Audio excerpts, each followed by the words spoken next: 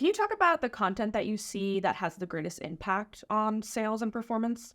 Yeah, I've spent quite a bit of time in my e-commerce days developing content. And when you talk about optimizing content, it really depends on what you're talking about. So if you're talking about product detail content, right, that's very specific into what you need and fits into your strategy. However, if you're talking about content that you want to develop for your social channels, maybe it's a TikTok that you're trying to drive incremental, viewers or awareness even that you sell ice cream online, which is, by the way, our number one barrier. Most people don't know that you can order ice cream online. So we use our channels in different ways, and then we tailor the content that we know works well. What works well today and right now isn't necessarily going to work well. So we never sort of sit on our laurels and just say like, okay, we know what the best practices for this. Every single year, we're updating our guidelines, our best practices when it comes to developing content across all of our different sort of channels and even retailer specific. We know that there are certain things that work really well for maybe a GoPuff, for instance, and sort of the mindset that the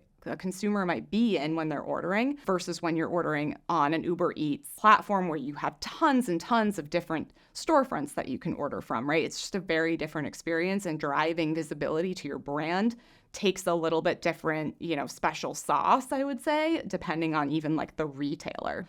Luckily, we also have that in our corner at Ben & Jerry's, as we have a really advanced sort of network of our own creative team and our agencies that develop content, and it's a constant stream. And then we can funnel that in and keep testing and figuring out exactly what's working well, and then localizing it as well when it comes to our global business and the different countries we operate in. Yeah, that takes so much work because it's kind of like you're in so many different channels, as you're saying. Yeah. The user's experience across all of them is different. What they're thinking about is different. What they need to know is different. Yes. Like that, it seems like you can start at the top with some high-level concepts, ideas, thoughts. Yeah.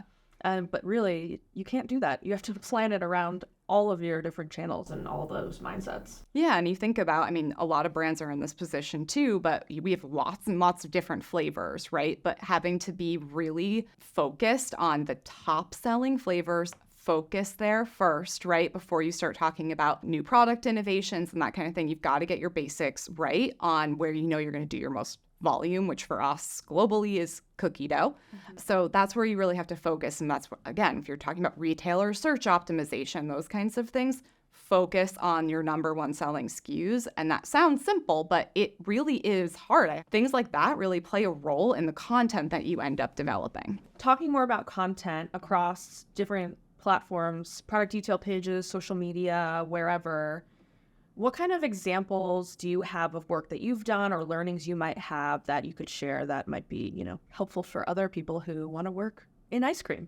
Yeah. Just do anything online. Yeah. Well, again, back to grocery, I'll give you sort of an example. So, like I said, we sell a lot of ice cream online, but one of the biggest challenges is that most regularly people are buying our ice cream in a grocery store and it's on their way out. It's an impulse item that they're hitting in the freezer section on their way to the checkout, right? I think we can all probably relate to that, even if you're not buying Ben & Jerry's. So impulse drives a lot of our business. Well, that's great, but not for online. Driving impulse purchasing through grocery.com is extremely hard. The levers that you have and the capabilities that are on those platforms when you're selling, it's very, very hard to break through and drive that moment and that occasion. That challenge for us resulted in a test that we recently ran. I cannot take any credit for this. However, a couple of insights came together. So one, we know that recipe content has actually been performing really well for our brand for a long, long time. We also know that recipe content through social media is starting to really perform well for us. So